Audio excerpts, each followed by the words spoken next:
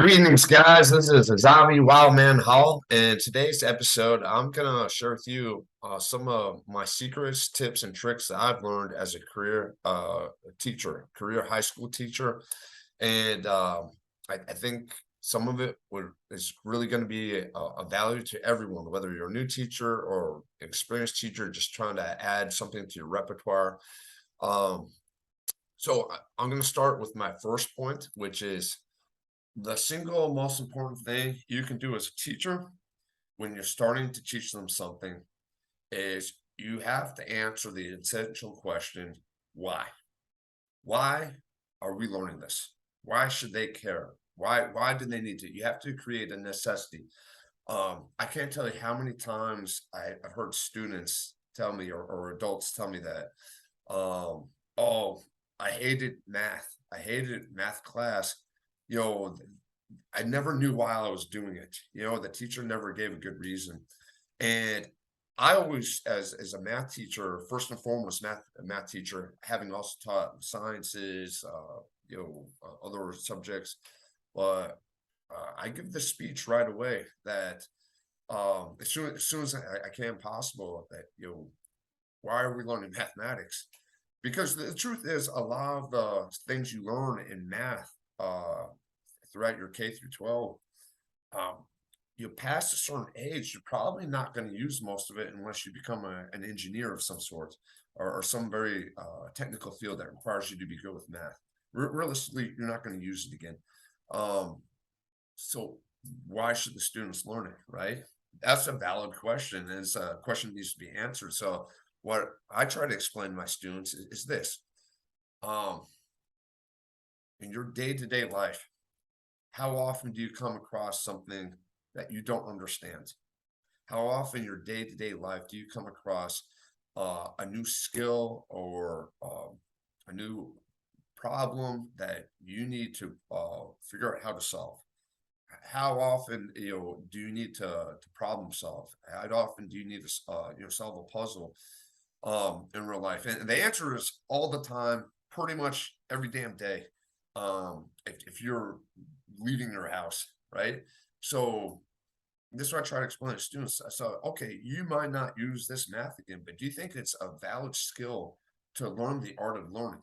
Do you think it's a valid skill to be able to look at something that you do not understand at all and teach yourself how to persevere, to struggle through it, and then learn to understand it eventually?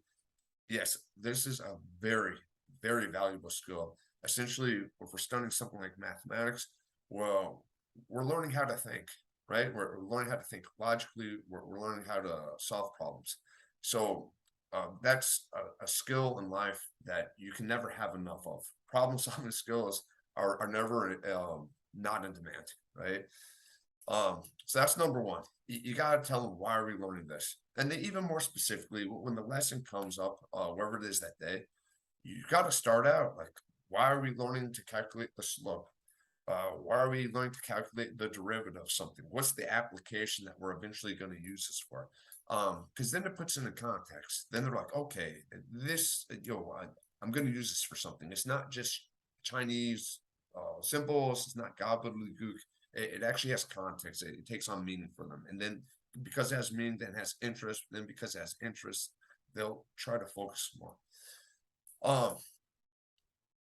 Tip number two, secret number two, and this is one that took me many years to develop, but it's helped me so much. It's the 8-second rule, right? What is the 8-second rule? 8-second rule is when you're teaching, whenever you ask a question or whenever you make an important point, you need to give the students enough time to think. But you can't give them too much time to think because you got to keep the pace of the lesson. So literally in my head, when I ask them a question or I'm explaining something and I just made an important point that I want them to think about, I want to sink in, I'll stop. I'll pause, and in my head, I go 1, 2, 3, 4, 5, 6, 7, 8. Then I'll continue. If I just ask the question, I'll count all the way up to 8 and wait for someone to raise their hand. And if by question 8, no one raises their hand, usually what I'll do is I'll just go ahead and explain the answer, right? Because I don't want to embarrass any of my students. I don't want to ask them, put them on the spot if they really don't know how to do it. After 8 seconds, usually if there's a student who does feel comfortable, they might not raise their hand at first, but by the time you get to 6, 7, 8 seconds, they will raise their hand. So that's an important indicator. So that one rule has helped me so much, because one of the complaints I used to get my very first year teaching was he speaks too quickly. And the reason I was speaking too quickly was because I was nervous, right? I was a new teacher, I was inexperienced, and I was just, because I was nervous, I was speaking quickly. I was just going through the material quickly. And um, I think as a new teacher, I was afraid of losing their attention or losing their interest. And just with experience, I realized that less is more, right? So that's something very valuable for all of you to think about. Um, yeah, with that, some of these might be more within the wheelhouse of teachers already, but you want to craft your lesson around concept checking questions, right?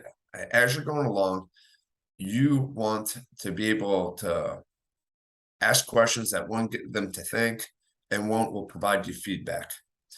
Now, as a math teacher, examples, examples, examples.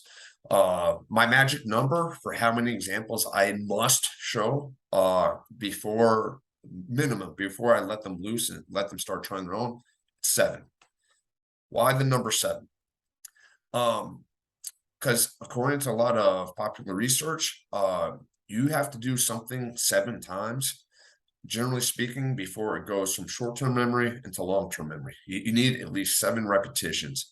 So minimum, I'm doing at least 7, probably more. If I have time, I'm doing more. I'll do 7 examples. And then once I have full examples from the fall, then I'll start finishing steps a little bit early. And maybe I'll leave a few steps at the end that they have to complete themselves. I'll get them started. And the idea is towards the end of the midsection, at the end of the instruction part of the lesson, that they're able to do it all their own, because that's the last part, right? So just to go back, another question I would like to answer is, how do you structure your lesson, specifically as it pertains to mathematics? So first thing, get their attention, right? Especially if you have younger kids, it's really fun. And there's some exercises you can do real quick to just get them in the learning mindset. The first one is you could do the whole, they have to repeat the pattern. So you'd be like, clap, clap, clap, clap, right? Like, and then they have to do whatever. You do that a couple times, and then, they're doing after you. They're automatically keyed into you. Okay, I need to follow the teacher. What's he doing? And it's kind of a fun way to do a game. Another thing I like to do, and I learned this from watching videos of Japanese school teachers, is, and by the way, I do this more with older kids, probably not so much the younger kids, but yeah, just get them to close their eyes. You have to take 3 deep breaths in, right? 2 more.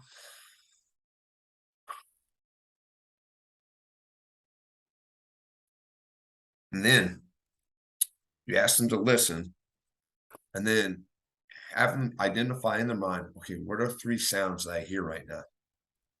They might hear the air conditioner. They might hear someone walking down the hallway. They might hear a door opening and closing, maybe a car outside. You have them open their eyes, and then you ask them, what did you hear? Well, you get one from each person, right? This is another really great way you can get them in the mindset. All of a sudden, now they've just calmed their mind. They focused on listening, right? And now, hopefully, with any luck, you got them to stop thinking about what they're just thinking about. You get them to forget about whatever they're doing last period, get them to forget about what they're doing next period, and try to begin with your lesson. Now, the second thing I like to do at the beginning of the lesson is review.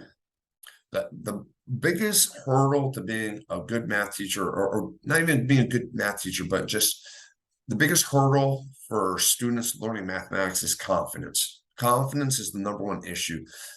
If you can do anything to build the confidence of the student, that's going to go further than any amount of explaining, because you want them to have enough confidence to believe that they can learn it with enough tries. And you can't teach them if they're not willing to try. So you have to give them the confidence. So that's why I like to do review. I like to start the class doing math problems that they know how to do. It could be something even really simple, but you want to start the class on the right note. So I never want them to walk out of my class and being able to say, I didn't understand a single thing that happened in that class. If nothing else, I want them to be, I didn't understand anything except for the beginning. At least there's something, there's a beachhead, right? And I sincerely hope that's not the only thing they understand in the class, but I just want something that all the students can do. They can all start with. And this might be just a couple questions. It might be something we did earlier in the week. Something I feel good about. It would be maybe 5 questions, maybe 2 or 3 questions, and it shouldn't take more than 5 minutes, right? And with that, another thing I'd like to recommend as a teacher is group work. Group work can be highly, highly effective. A lot of students get self-conscious, they get embarrassed, and especially when they're put on the spot, they might even forget stuff that they actually know. So learning is a social activity. Never forget that. The more social you can make the learning, the more effective it's going to be, because human beings are social animals. And when you can incorporate the social aspect of this, they get to talk to their classmates, all that, it's going to accelerate the learning. So I love to pair students together, either groups of 2 or larger groups, and have them as a group answer questions, have them as a group come up to the board with their answers. And in the process of doing that, the stronger students, the hope is that they're able to explain to the weaker students what they did, why they did it. And anytime that a student can hear something explained in another way, just using different words from another point of view, it's always going to reinforce learning. No matter how good as I am as a teacher, no matter how well I explain it, it might just be that one extra time that the friend says what I just said again, just a little bit different, that finally drives it home, that reinforces it. So yeah, group work. And then something that I did with actually pretty good success recently, the last year, was I paired my really strong students who had A's in the class with failing students. And I told the strong students who had A's, I said, listen, I'm going to give you an extra 10 points on the next unit test if you can get your partner to get a 70% or above. So basically like a C- or above. I was really pleased with the results. Several of my students really, well, first off, all the students who had A's, they all tried their best to help out the partner. And then several of those partners, I'd say I have like 5 or 6 that were failing in the class. I believe at least 3 or 4 of them got passing grades on the next 2 tests. So I kind of felt like I'd hit gold at that point. That was really awesome. So that's an idea for you to consider also. Coming up with my last points I want to make. I'll just say this, and this is more a general sense, a broad spiritual sense. However, you never know the impact you're going to have on someone else's life. And that's not just as a teacher, but as a human being. So always be careful of what you say. Every opportunity you get to build someone up, to tell them a compliment, that's true. Don't make it up, but it's true. Every chance you get to build someone's confidence, every time you get a chance to acknowledge someone's accomplishments, do it, you know, because especially as teachers, you never know what the one thing you're going to say to them that they're going to remember for years later. You never know the one example you make, the one offhand phrase you might say, um, that's going to change their lives. You know, like, and maybe it would just be a little bit. It just changed their life for a little bit, but for the better. You know, so um, just understand that we as teachers, when those kids are in our classroom, they're our kids. They're our responsibility. We take ownership over them, right? So sometimes you're gonna have students you love. Actually, a lot of the time you're gonna have students you love, but sometimes you're gonna have students you really don't like too. And it's our duty, not even as human beings, but as teachers, to go out of our way to be kind, compassionate, and raise them up as much as we can, because the world is a tough place, and I sincerely hope it's an easier place for my students, you know, that they're able to take something away that in some way I add a net positive to their life. Because if I can do that just even a little bit, then I earned my right to exist, right? I earned my right to be part of this world, to take part in this ride called life. And I feel good about that. I feel good about what I've done as a teacher. And I feel very proud seeing my students, what they're able to do, what they're able to become.